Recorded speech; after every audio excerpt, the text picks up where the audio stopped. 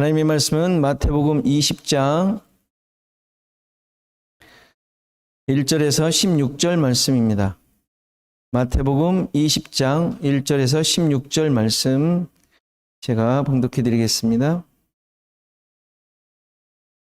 천국은 마치 품꾼을 얻어 포도원에 들여보내려고 이른 아침에 나간 집주인과 같으니 그가 하루 한 데나리온씩 품꾼들과 약속하여 포도원에 들여보내고 또 제3시에 나가보니 장터에 놀고 서 있는 사람들이 또 있는지라. 그들에게 이르되 너희도 포도원에 들어가라. 내가 너희에게 상당하게 주리라 하니 그들이 가고 제6시와 제9시에 또 나가 그와 같이 하고 제11시에도 나가보니 서 있는 사람들이 또 있는지라. 이르되 너희는 어찌하여 종일토록 놀고 여기 서 있느냐. 이르되 우리를 품꾼으로 쓰는 이가 없음이니이다. 이르되 너희도 포도원에 들어가라 하니라. 저물매 포도원 주인이 청지기에게 이르되 품꾼들을 불러 나중 온 자로부터 시작하여 먼저 온 자까지 싹쓸 주라 하니 제11시에 온 자들이 와서 한 데나리온씩을 받거늘 먼저 온 자들이 와서 더 받을 줄 알았더니 그들도 한 데나리온씩 받은지라. 받은 후 집주인을 원망하여 이르되 나중 온 사람들은 1시간밖에 일하지 아니하였거늘 그들을 종일 수고하며 더위에 견딘 우리와 같게 하였나이다. 주인이 그 중에 한 사람에게 대답하여 이르되 친구여 내가 내게 잘못한 것이 없노라. 내가 나와 한 데나리온의 약속을 하지 아니하였느냐. 내 것을 가지고 가라. 나중에 온 이 사람에게 너와 같이 주는 것이 내 뜻이니라. 내 것을 가지고 내 뜻대로 할 것이 아니냐.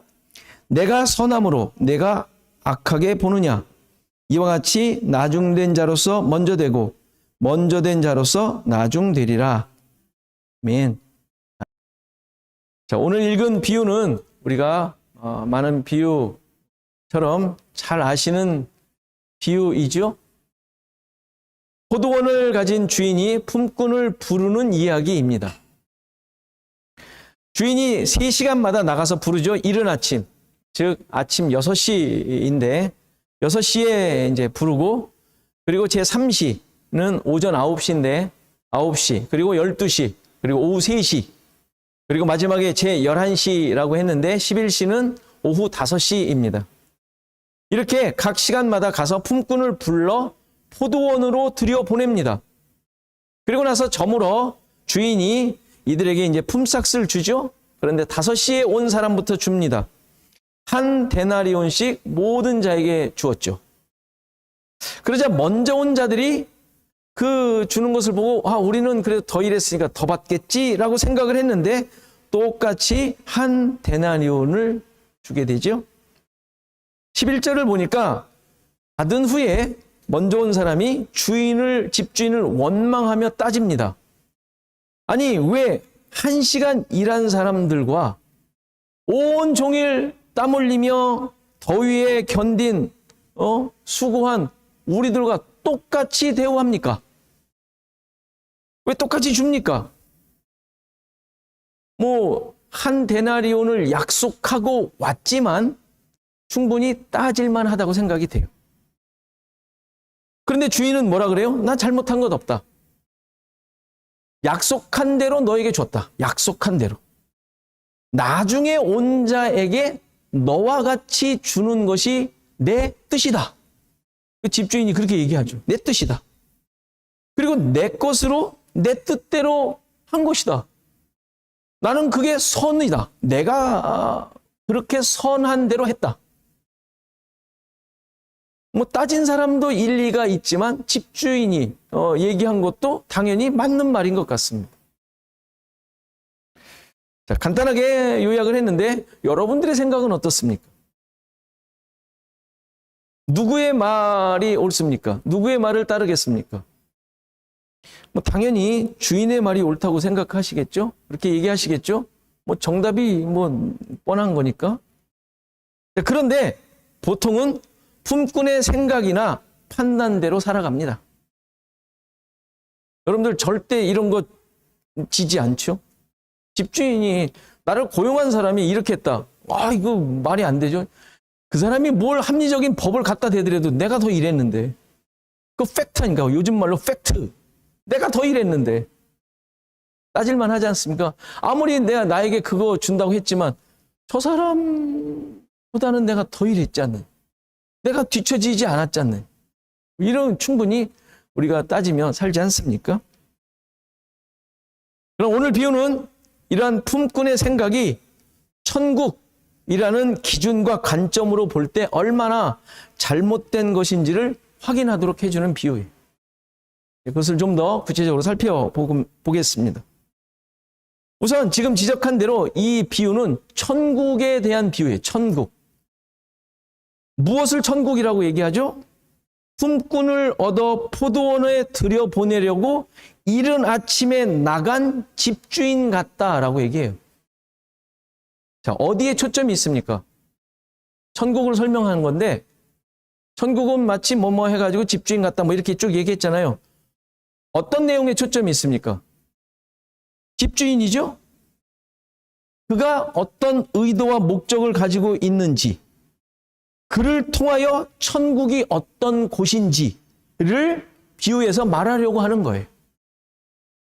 무슨 일을 했는지, 얼마나 일을 했는지, 그 품꾼들이 순종을 잘 했는지 등 이러한 내용은 전혀 언급하지도 않아요.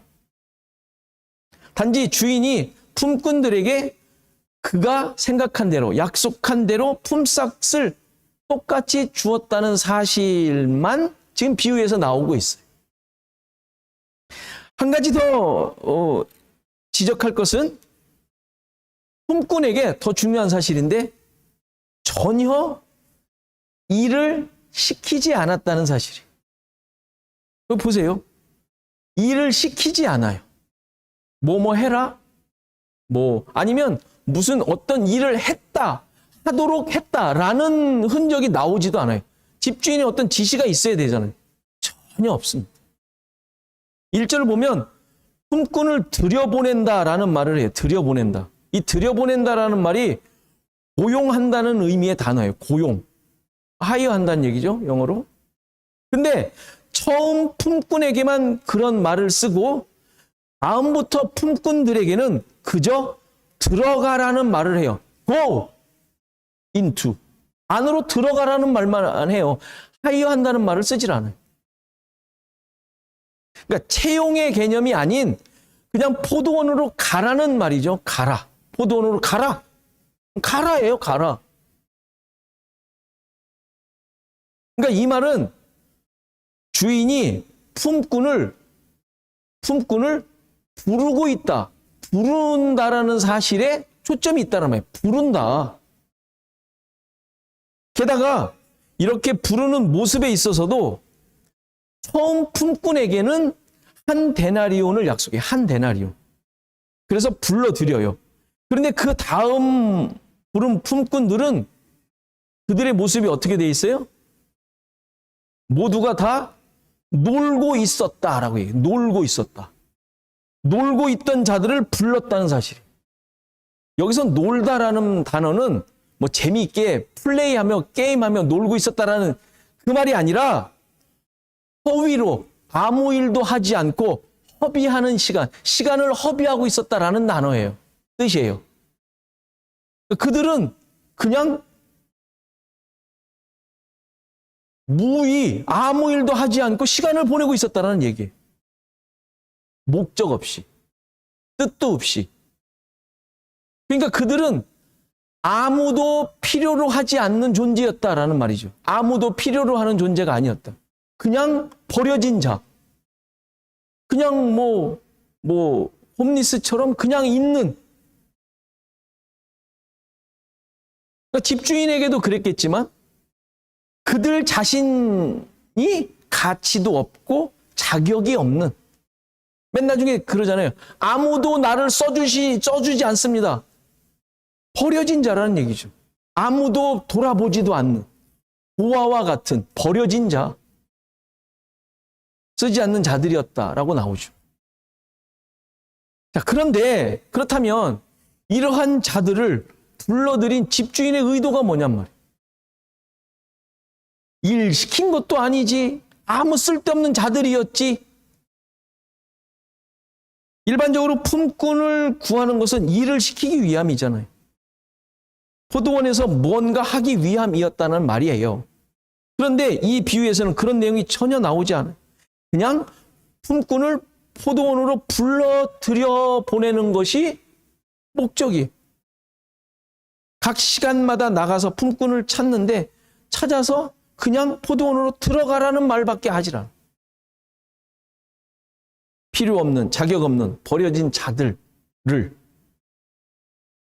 그리고 잘 알듯이 그런 자들에게 똑같이 품삯을 주죠. 이른 아침에 나가 들여보낸 품꾼에게 1데나리온, 한 데나리온을 주겠다라는 금액만 나오지 나머지는 금액도 나오지 않고 그냥 상당하게 주겠다.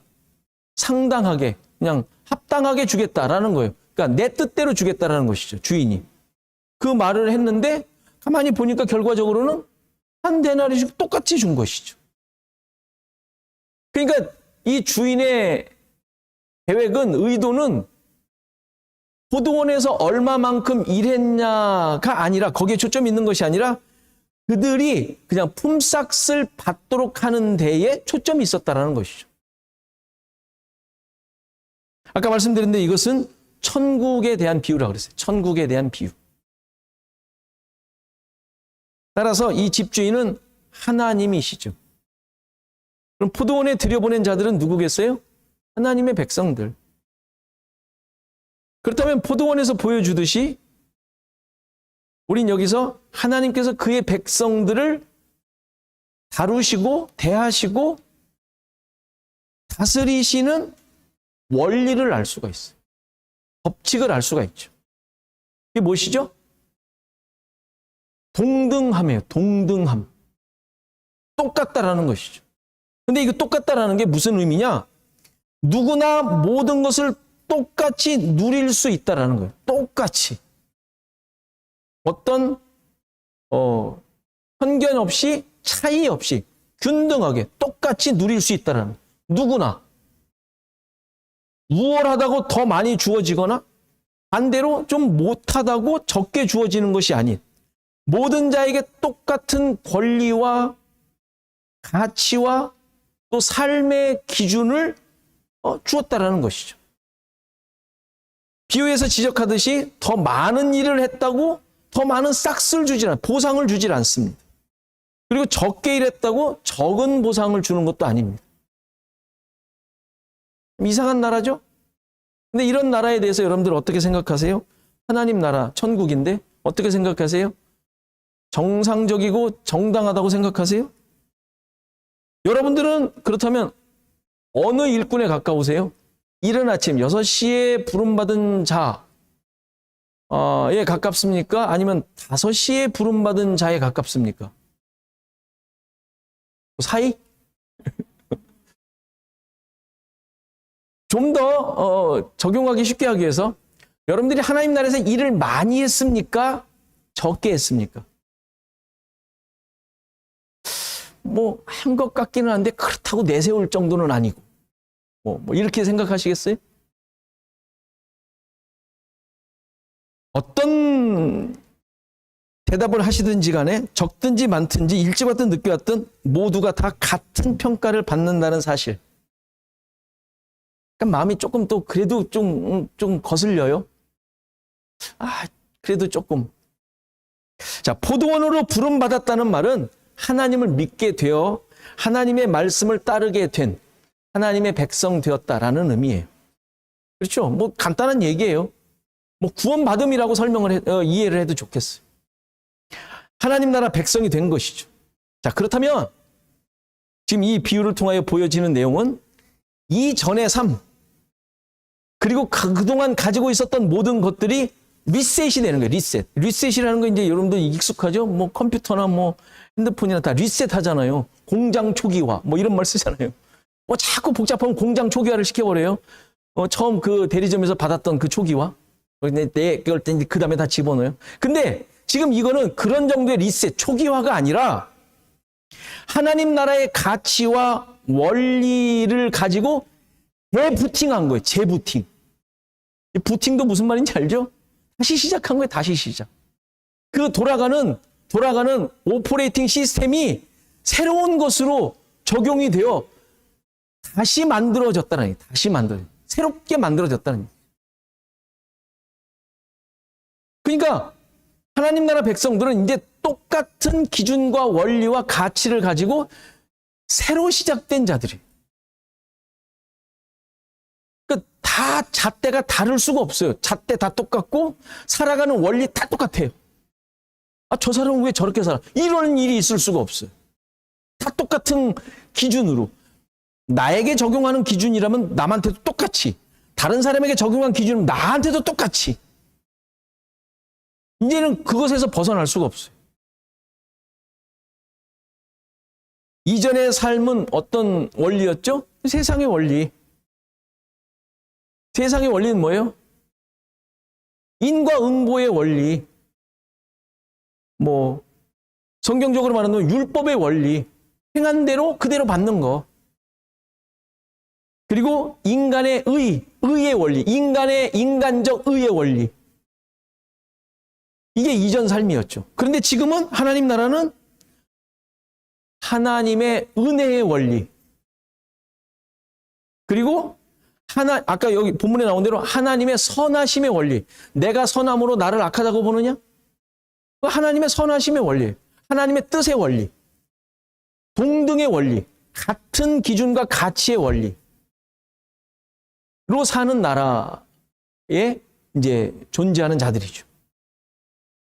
자, 이것을 좀 더 여러분들이 이해하기 쉬운 것으로 출애굽한 광야에 있는 이스라엘 백성들을 생각하시면 돼요.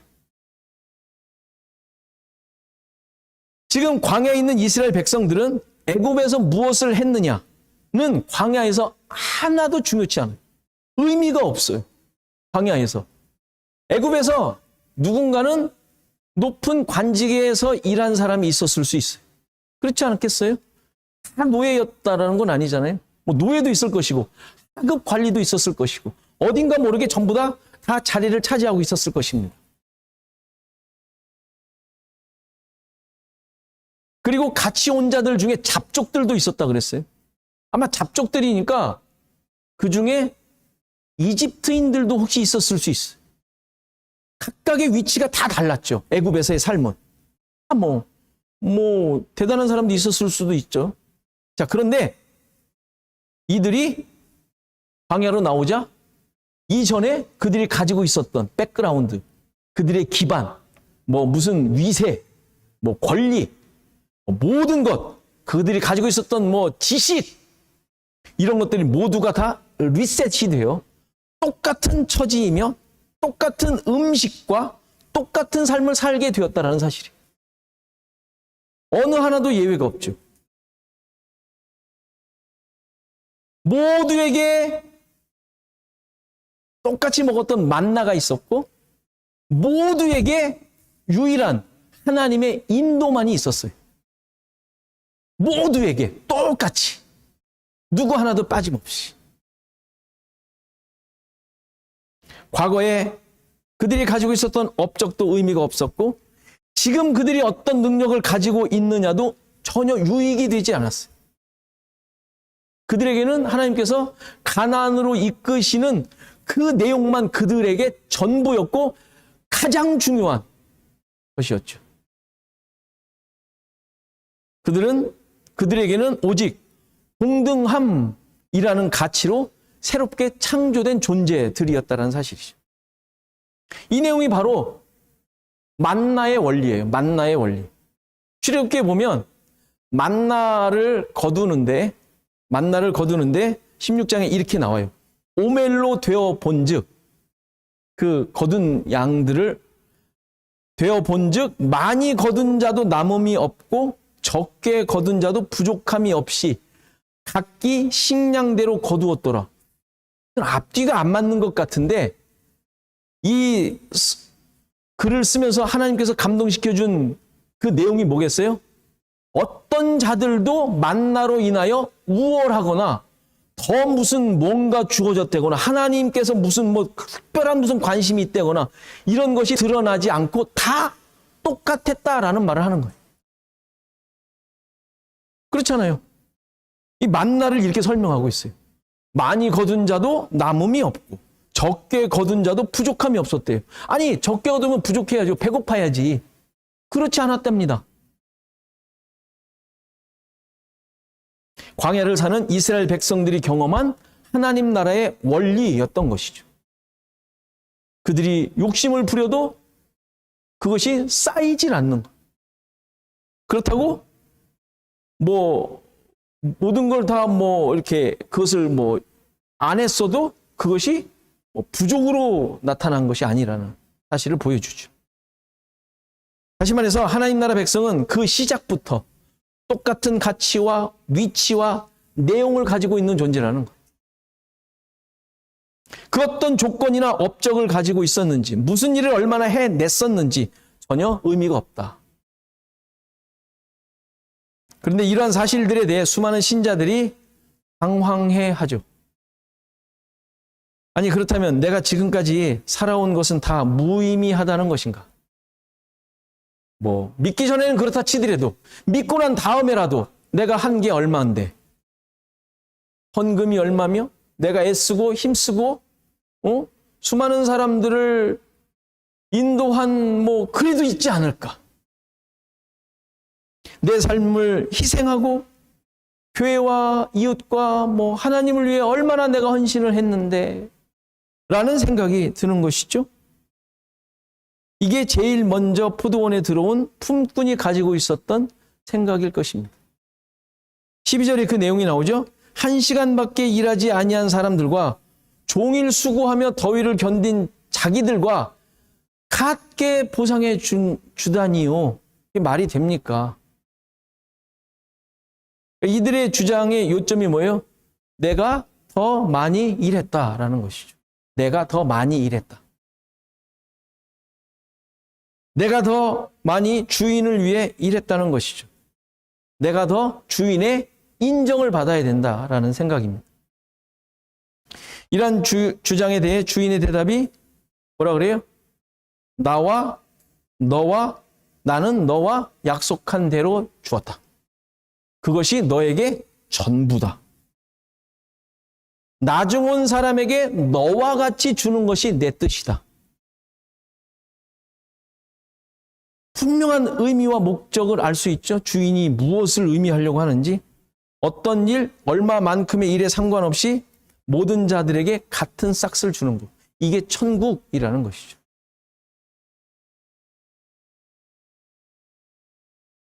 천국 백성의 삶의 기준이 그렇다라는 거예요. 모두가 똑같은 은혜를 받아 사는 거예요. 똑같은 은혜. 이거 놀랍지 않아요? 똑같은 은혜랍니다. 똑같은 은혜. 지금 이것은 구원이라는 단순한 구원을 말하는 것이 아니에요. 하나님 나라에 사는 구원받은 자들이 갖는 은혜의 내용을 얘기하고 있는 거예요. 구원받은 사람들이, 부름받은 사람들이 가지고 있는 은혜의 내용을 얘기하는 거예요. 똑같다라는 거예요.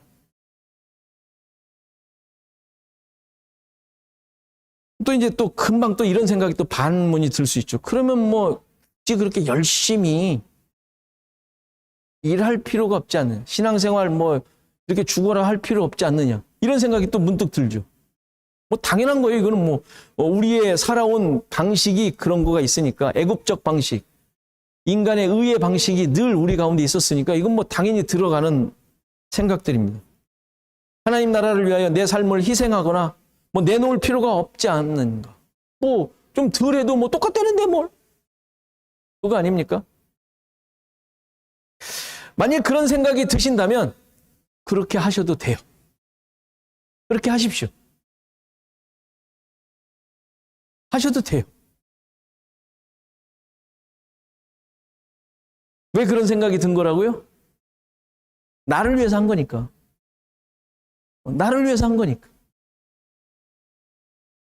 그것은 그만큼 하시면 돼요. 나를 위해서는. 하나님 나라에서는 나를 위한 것은 존재하지 않습니다.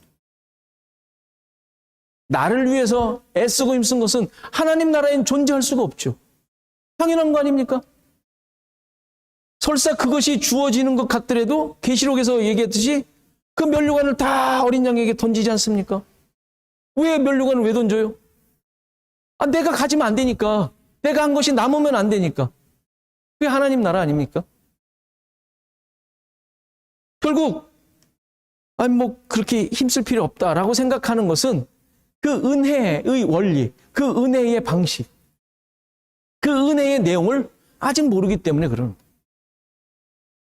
언젠가 말씀드렸지만 신자들에게는 희생이나 헌신이라는 말이 맞지 않는 말이에요. 헌신은 뭐예요? 헌신과 희생이라는 뭐예요? 내가 나를 깎았다는 얘기잖아요. 내가 나를 어떻게 이렇게 줬다는 얘기잖아요. 내 것을. 그렇죠? 그것에 대해서 인정받고자 하는 것이 희생과 헌신의 내용이에요. 그런데 잘 생각해 보세요. 왜 희생하고 헌신하셨어요? 왜 희생하고 헌신하셨냐고. 우리가. 소위 우리가 희생하고 헌신했다고 하는 내용들을 볼 때, 말을 할 때 왜 하셨어요? 하나님을 믿어 예수 그리스도로 말미암아 구원받은 자임을 깨달았고 알았기에, 천국 백성임을 알았기에, 그것을 하고도 남음이 있었기 때문에 한 거 아닙니까? 애써 그냥 내가 너만 아니었어도 내가 이러면서 한 거예요? 아니잖아요. 은혜로 한 거잖아요. 은혜로. 내가 가진 것이 훨씬 더 커서 그것을 해도 나에게 아무런 손해나 아픔이나 이런 것들을 느끼지 못하고 그것과 관계없이 한 것이 헌신이고 희생이잖아요.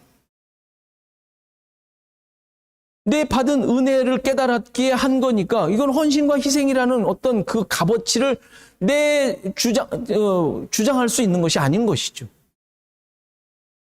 10,000달란트를 탕감받았기에 헌신이나 희생은 100데나리온 어치도 안 되는 거예요. 때문에 하나님의 백성들은 일생 동안 생명을 다해 내 모든 것을 들여 헌신하고 희생하며 산 보상이나 대가가 없어도 아무런 아쉬움이나 미련이 없는 거예요. 내가 한 것도 아니고 나의 어떤 목적이 있는 행위도 아니기 때문에 그래. 그것은 내가 가진 은혜를 누리는 가운데 나도 모르게 나온 모습일 뿐이에요. 근데 우린 자꾸 세물하죠.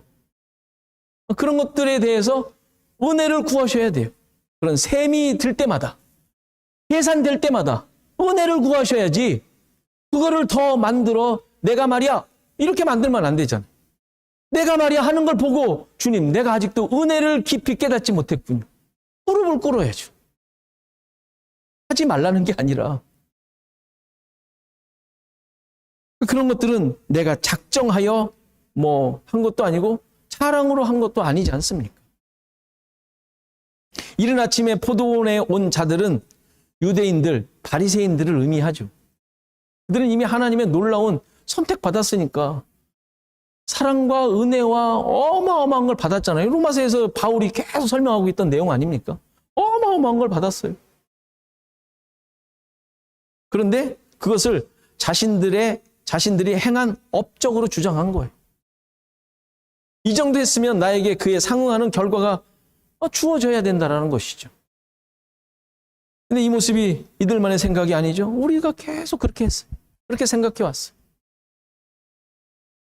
뭔가 안 되면 내가 하나님께 뭘 잘못했나 이렇게 먼저 생각을 해. 언제 말씀드렸죠? 저희 어머니가 그런 기도를 한번 하신 적이 있다고.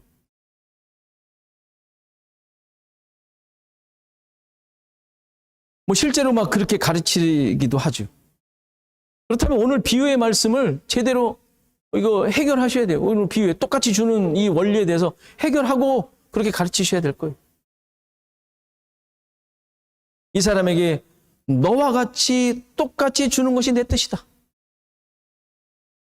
천국은 차등적으로 그가 열심히 많은 일을 했다고 그에 따라 보상해 주는 것이 아니죠. 그렇다면 천국이 아니죠. 세상이죠, 세상. 세상의 원리가 적용되는 거니까. 이 비유가 앞서 베드로가 말한 대로 베드로가 뭐라 그랬어요? 우리가 모든 것을 버리고 주를 따랐나이다. 뭐라 그래요? 그런즉 우리에게 무엇이 있겠습니까? 이 질문이 있고 난 다음에 지금 쭉 말씀하시고 있는 내용. 주를 버리고 모든 걸 버리고 주를 따랐는데 우리에게 무엇이 더 쟤들보다 더 있어야 되지 않겠습니까? 라고 말하는 거란 말이에요, 지금.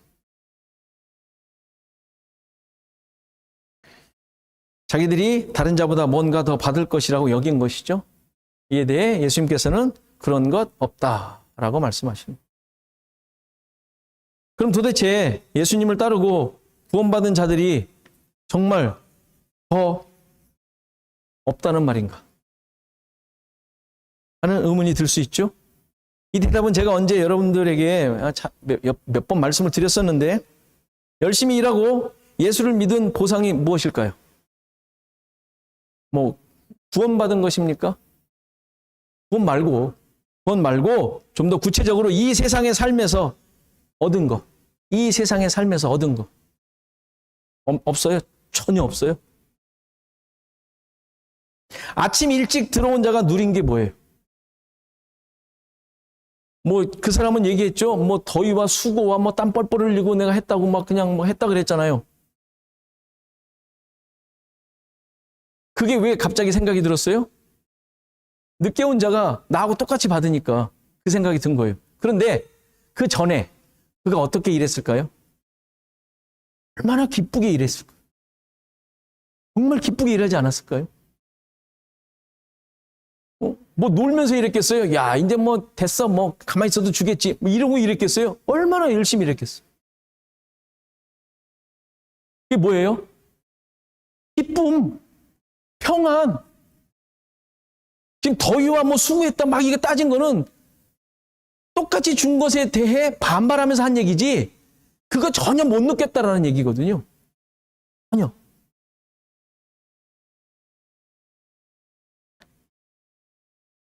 예수님을 믿고 이 세상 가운데서 여러분들 열심히 산 보상이 뭐냐? 바로 기쁨이고 평안이고 더 중요한 게 뭔지 아세요? 그 주인과 함께 있음이에요. 지금 내가 이거 막 일하는 거, 주님 이런 것 좀 없애줬으면 좋겠어요. 나 힘들어 죽겠어요. 그럼 이렇게 일했으니까 뭘 좀 더 주셔야 되지 않겠어요? 이거 왜 이런 생각이 들어요? 저 사람 보니까 대충 하는데 더 잘 사는 것 같거든. 그래서 드는 거예요. 그게 아니에요. 지금 그런 걸 보면 우리가 생각할 존재들이 아니에요. 지금 하나님의 놀라우신 은혜로 예수 그리스도의 구원으로 말미암아 우리에게 주어진 그 영원한 생명과 그 소망과 기쁨으로 우리는 살아가는 존재들이지 그런 거를 보며 나에 비교하여 나에게 왜 이것은 없어라고 살아가는 존재가 아닌 거죠. 그러니까 우리에게 얻어진 건 뭐예요? 지금 하나님과 함께 살아가는 거. 광야에 있는 사람들이 이스라엘 백성들이 얻은 게 뭐예요? 하나님 바라보며 사는 거 아닙니까? 하나님이 주신 것으로 만족하며 사는 거. 그런데 자꾸 무슨 짓 해요? 애굽을 바라보는 거예요. 애굽을. 그게 우리를 불행하게 하는 것처럼 느껴지지 않습니까?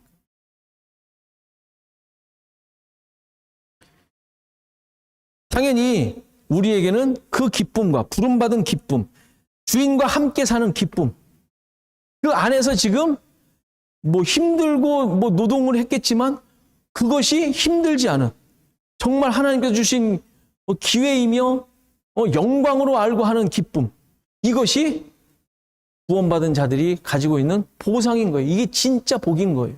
지금 이 세상에 살고 있는. 은혜를 맛보며 사는 것. 신자들이 가지고 있는 놀라운 은혜인 것이죠. 이 은혜에 대한 기가 막힌 예가 누가복음 15장에 나오는 탕자의 비유예요. 탕자의 비유.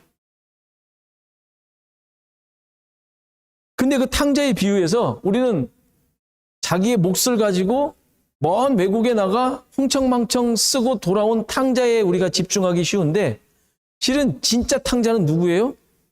큰아들, 큰아들. 왜 진짜 그 사람이 탕자예요? 아버지와 함께 있으며 아버지가 가진 게 다 지 건데 그걸 모르고 사느냐.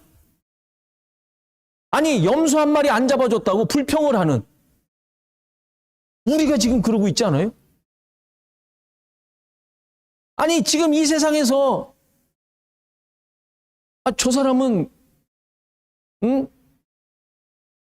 집도 좋고 차도 좋고 직장도 좋고 뭐 이런 거 가지고 우리가 지금 불평하며 살고 있어요. 누가 아버지인데? 창조주 하나님이 아버지인데 그거 잊어버리고 지금 이 큰아들과 같은 불평을 하고 있는 거예요. 그러니까 지금 그가 아버지와 함께 살았던 시간들은 뭐예요? 그게 허비한 거예요, 허비. 그게 탕자인 거예요, 탕자. 우리가 이 세상에서 탕자로 살아간다는 게 말이 돼요? 구원받은 자들, 임마누엘의 약속이 성취되어 사는 자들이 그거는 새카맣게 잊어버리고 그냥 저 아들과 같이 자기 동생이 흥청망청 쓴 것 하지 못했다고 투정 부리고 살고 있어요, 우리가. 이거 너무 웃기지 않습니까?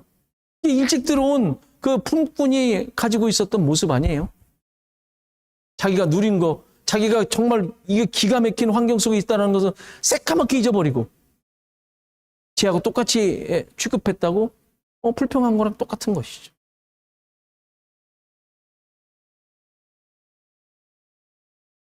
신자들의 진짜 복은 아버지와 함께하며 살고 있는 기쁨과 감사의 은혜를 기억하는 거예요. 이게 진짜 복이에요.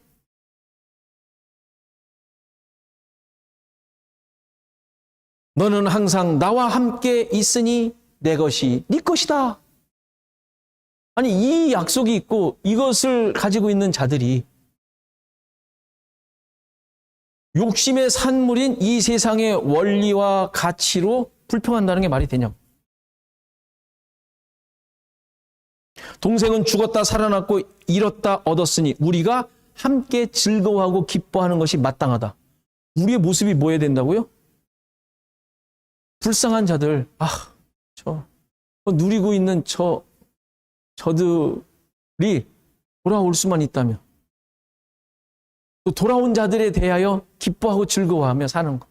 이게 우리의 진짜 가치이며 자리이고 복인 것이죠. 전국 백성의 이 세상에서의 보상은 이 세상 것들이 아닌 이미 내가 가지고 있는 하늘의 것들로 말미암은 그것들이 보상입니다. 이러한 자들로 부름받아 살고 있고 천국의 기준과 가치로 살고 있는 모습, 이것이 우리가 가지고 있는 진짜 복임을 가르쳐 줍니다. 이것이 나중된 자로서 먼저 되고 먼저 된 자로서 나중된다는 의미예요. 이것도 앞에서 순서만 바꿔서 나오는데 똑같은 얘기죠. 이 말은 서열이나 등급을 말하는 것도 아니고 등수가 바뀐다는 얘기도 아니에요. 등수를 바꾸는 것으로 생각해요. 그래, 내가 지금은 니들보다 못하지만 나중에 봐라, 내가 니들보다 먼저 된다. 이런 생각을 하는 사람이 있어요. 그게 아니라 하나님 나라의 원리를 얘기하는 거예요. 하나님 나라의 원리. 뭐예요? 나중된 자나 먼저 된 자나 같다는 얘기예요, 이게. 나중에 온 자나 먼저 온 자나 똑같다 라는 얘기를 하는 거예요, 지금. 순서가 뒤바뀐다는 얘기가 아니라 동등한 누구나 동등한 모습을 갖고 있다. 이게 천국의 모습임을 얘기해 주는 것이죠. 나중 온 자나 처음 온 자나 똑같은 은혜를 받았다라는 말이에요. 따라서 거기에는 내 기준, 내 업적이 드러나는 것이 아니라 오직 하나님의 은혜에 똑같게 주신 은혜, 구원의 은혜만 그 가운데 있고 하나님의 함께하심, 그 주인의 함께함, 그 가운데서 기쁨과 감사함을 했던 이것만 있다라는 것을 얘기해 주는 것이죠. 여러분들의 삶에 주님 오실 때까지 지금 살아가시는 동안 이러한 은혜와 감격으로 진짜 참된 복을 누리고 참된 승리를 누리며 사시는 저와 여러분 되기를 간절히 바랍니다. 하나님 아버지, 우리가 하나님 나라의 부름을 받은 자로서 하나님 나라 백성으로서 이 땅 가운데 사는 자로 세워진 자로서 하나님 무엇을 바라보며 무엇을 기준으로 살아가고 있는지 깊이 돌아보기를 소원합니다. 여전히 애굽의 모습, 세상의 기준, 또 나의 의, 또 나를 위한 모든 것, 이런 것들로 인하여 하나님 나라 백성의 참된 모습을 잊어버리고 있는 것은 아닌지, 그 모습이 흐트러져 있는 것은 아닌지 다시 한번 깊이 돌아보기를 소원합니다. 하나님 나라의 그 원리, 그 가치를 다시 한번 말씀을 통하여 깊이 새기고 그 동등됨이 모든 하나님의 백성들에게 이루어졌음을 다시 한번 깊이 깨닫고 하나님이 원하심이 무엇인지, 하나님께서 이 땅 가운데 우리를 통하여 이루시려고 하는 것이 무엇인지 다시 한번 깊이 새기고 말씀을 쫓아 순종하는 삶을 사는 우리 모두가 되게 하옵소서. 주님, 다시 한번 우리들 모습을 깊이 돌아보고 우리에게 베푸신 그 감사와 기쁨과 감격이 무엇인지 다시 한번 깊이 깨닫게 하옵소서. 이른 아침에 부름받아 주어진 사명 잘 감당한 우리 모두가 되게 하옵소서. 그 참된 기쁨과 감사를 다시 한번 새기게 하옵소서. 그것만이 우리를 인도하고 있고 우리가 가진 참된 복임을, 그 복을 이 세상 가운데 드러내야 할 자임을 다시 한번 깊이 깨닫고 아버지 하나님, 우리에게 허락하신 환경과 이웃들을 향하여 이 사랑을 전하며 함께 나누는 정말 하나님의 나라의 부요함을 누리는 풍성함을 소유한 우리의 삶이 되게 하옵소서. 하나님, 이 팬데믹으로 인하여 힘들어하고 정말 우리가 상상하지 못하는 큰 일들이 벌어지고 있음을 보게 됩니다. 자연재해로 인하여 또 인간의 욕심들로 인하여 또 힘들어하는 이웃들이 많이 있습니다. 주님, 다시 한번 그들을 찾아가 주시고 그들과 함께하여 주시고 주님, 우리 또한 이러한 하나님의 마음을 가지고 사랑을 가지고 주님의 은혜를 나눌 수 있는 우리 모두가 되게 하옵소서. 하나님, 우리는 어찌할 수 없습니다. 무엇을 어떻게 해야 될지 잘 모르겠습니다. 그러나 우리에게 주어진 환경 가운데 이러한 하나님의 마음을 가지고 하나님의 나라를 온전히 드러내는 우리 모두가 되게 하옵소서. 주님, 어려움 속에 있는, 또 육체적인 어려움 속에 있는 우리 이웃들을 붙잡아 주시고 또 우리 성도들을 붙잡아 주시고 그들의 환경 가운데서 주님을 더욱더 의지하고 하나님과 함께하는, 하나님을 깊이 알아가는, 그래서 하나님만이 주인이심을 고백하는 놀라운 은혜가 그들 가운데 넘치게 하옵소서.